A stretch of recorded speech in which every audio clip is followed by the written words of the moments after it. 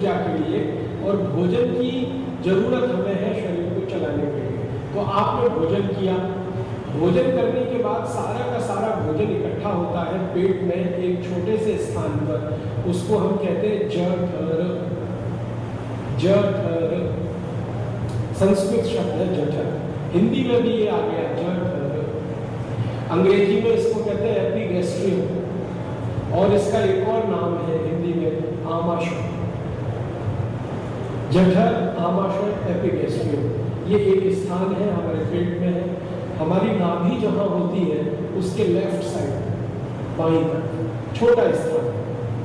ये इतना स्थान है कि यहाँ पर 350 से 400 ग्राम तक ही भोजन आ जाए, इससे ज्यादा ना आए, कैपेसिटी नहीं, छोटा ही, ज्यादा बड़ा नहीं। तो ये जो स्थान है जठर, इसमें सारा भोजन इकट्ठा होता है, जो भी आप खाते हैं, जो भी आप पीते हैं, सब कुछ जठर में आता है। और जठर की एक व्यवस्था है कि जठर नाम के स्थान पर अग्नि प्रदीप्त होती है इस भोजन को पचाने के लिए, उसी को कहते हैं जठर अग्नि। मिला के बोल देते हैं जठराग्नि, आपने सुना होगा शब्द। तो जठर एक स्थान है, वहां पर अग्नि है, उसको कहते हैं जठर अग्नि। ये अग्नि प्रज्वलित होती है तो भोजन पचता है, भोजन का पाचन होता है। और शरीर की व्यवस्था ऐसी है कि जैसे ही आप भोजन करेंगे अग्नि तुरंत प्रज्वलित हो जाती है।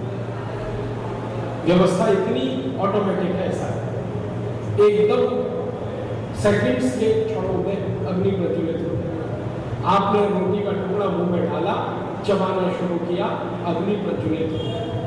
ये अग्नि ऐसे ही जलती है जैसे आपके रसोई घर में रसोई गैस अग्नि जलाती है, वैसे ही जठर में अग्नि जलाती है। रसोई गैस की थोड़ी देर में कल्पना करें, आपने बर्नर ऑन किया, तीली लगा दिया, एकदम अग्नि जल गई। अब ये अग्नि जल रही है रसोई गैस की, तो इस अग्नि पर आप कुछ भी रख दो, पक जाएगा। पानी रख दो, गर्म हो जाएगा। दूध रख दो, उबल जाएगा। दूध में चावल मिला के रख दो, खीर बन जाएगी। दाल में पानी मिला के डाल दो, दाल पक जाएगी। जो भी कुछ है अग्नि के जलते जलते पक जाएगा।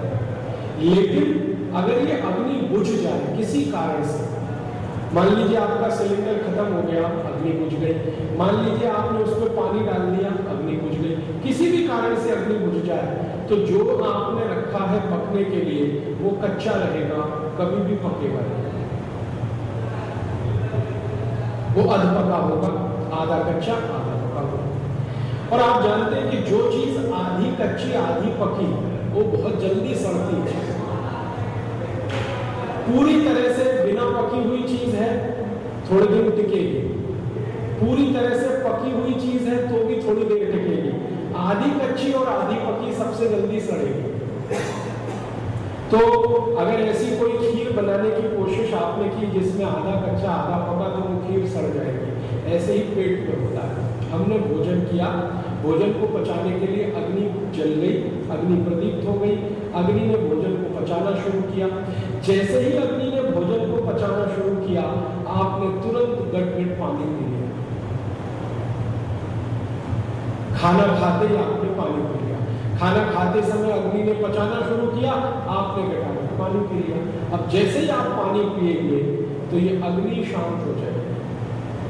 अब अग्नि अगर शांत हो गई तो जो खाया है वो पचेगा नहीं, और अगर वो पचेगा नहीं तो आपके शरीर को ऊर्जा मिलेगी नहीं।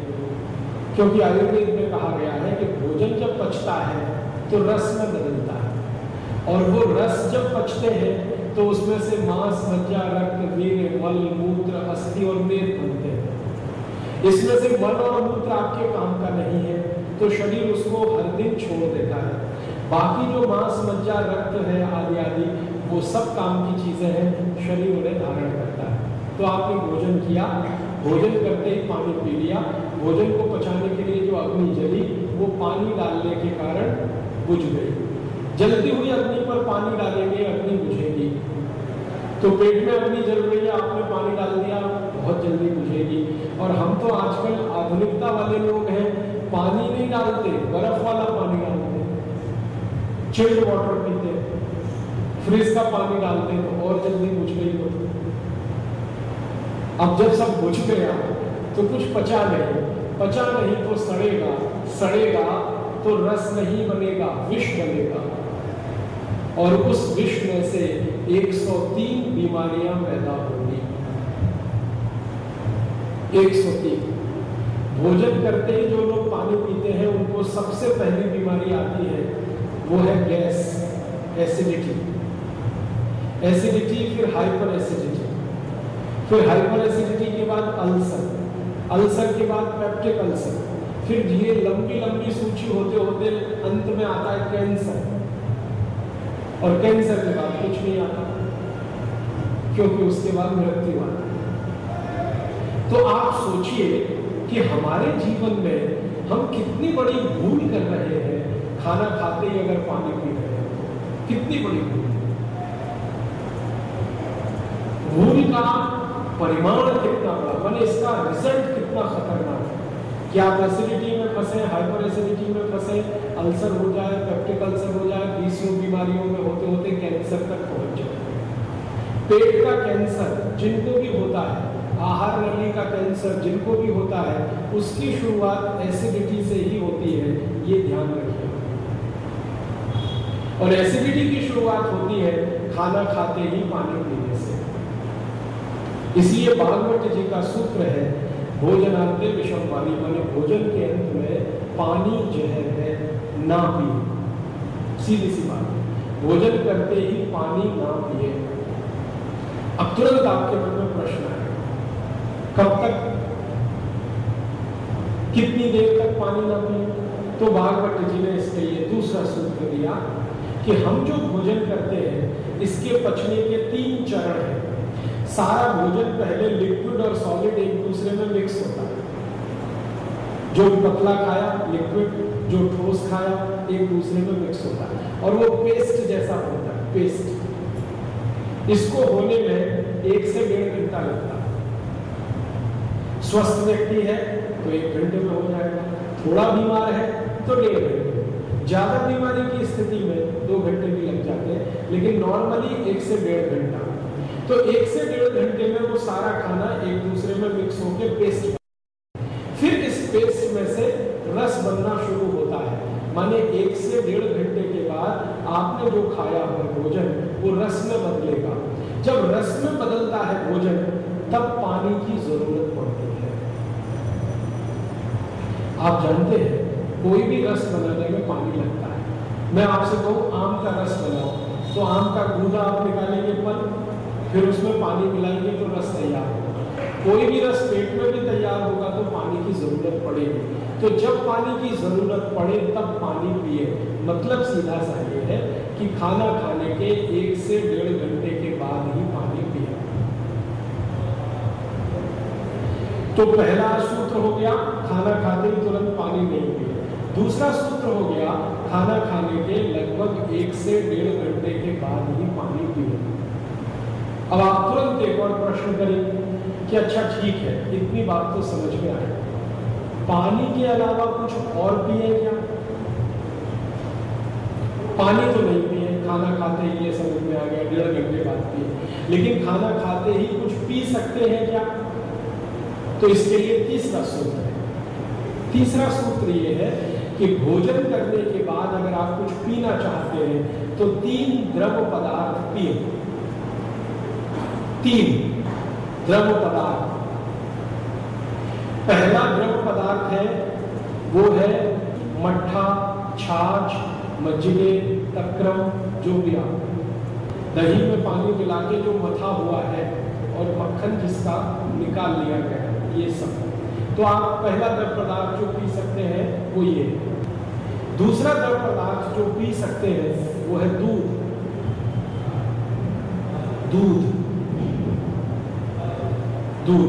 और तीसरा द्रव पदार्थ जो हम पी सकते हैं खाने के तुरंत बाद वो है फल के रस, फलों के रस, जूस।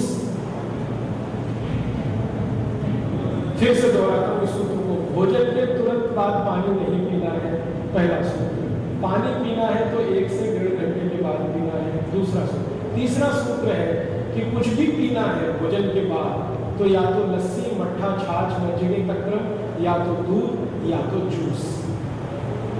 अब चौथा सूत्र है कि लस्सी कब पीनी है, दूध कब पीना है, जूस कब पीना है। इसका भी समय है। हर समय लस्सी नहीं पी सकते और हर समय दूध भी नहीं पी सकते और हर समय जूस भी नहीं पी सकते। तो आयुर्वेद में भागवत जी ने कहा, उनके शास्त्र में अष्टांग हृदय में, कि मट्ठा पीने का, छाछ पीने का, तक्रम पीने का समय है दोपहर का। दोपहर को भोजन के बाद आप लस्सी, छाछ, मज्जिगे, तक्रम आदि पिए। दूध पीने का समय है शाम का और जूस पीने का समय है सवेरे का। सवेरे के समय आप कुछ खा रहे हैं, मतलब सीधा सा नाश्ता है, ब्रेकफास्ट, तो आप जूस पिए। दोपहर का खाना खा रहे हैं मतलब लंच, तो आप लस्सी, मट्ठा, छाछ आदि पिए। और रात का खाना खा रहे हैं तो दूध। रात का माने शाम का। रात्रि भोजन निषिद्ध है, अष्टांग हृदय है। गलती से मेरे मुंह से रात निकल जाए तो उसको समझना सूर्यास्त के पहले। भागवत जी ने कहा है कि सूर्यास्त से 40 मिनट पहले भोजन हो जाए तो अच्छा है। तो आप शाम का खाना खाएं तो दूध पी सकते हैं। दोपहर का खाना खा रहे हैं तो आप हमेशा लस्सी और मट्ठा पी सकते हैं। सुबह का खाना खा रहे हैं तो जूस पी सकते हैं। अब कुल मिलाकर, अभी कुल मिलाकर मैंने आपको 4 सूत्र बता दिए। फिर से रिपीट करता हूं ताकि याद हो जाए। लिख लिया है आपने तो अच्छा, छूट गया हो तो फिर पहला सूत्र था खाना खाते ही तुरंत पानी न पिए।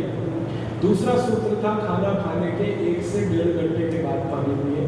तीसरा सूत्र था खाना खाते ही अगर कुछ पीना है तो लस्सी, मट्ठा या जूस पिए, लस्सी, दूध और जूस पिए।